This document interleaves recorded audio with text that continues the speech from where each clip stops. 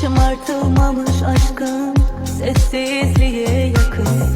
Kim bilir kaç yüzyıldır sarılmamış kolların. Sisliydi kirpiklerin ve gözlerin yağmurlu. Yorulmuşsun, hakkını almış yılların.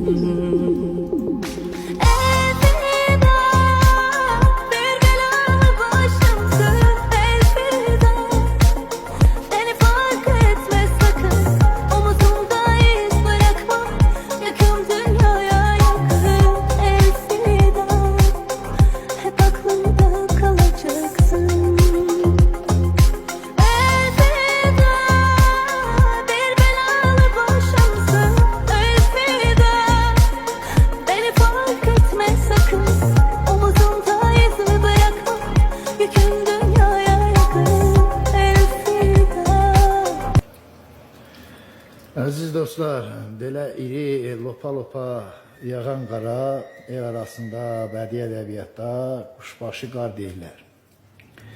Belə lopa-lopa yağan iri quşbaşı qar görəndə Allah rəhmət eləsin, mərhum şairimiz Məmməd Aslanın bir şeiri yada düşür. Şair yazır: Erzurumun gədiyinə varanda, onda gördüm lopa-lopa qar gəlir. Lələ dedi, gəl bu yoldan qaydaq. Dedim lələ, qeyrətimə ar gəlir. Lələ dedi, gəl bu yoldan qaydaq.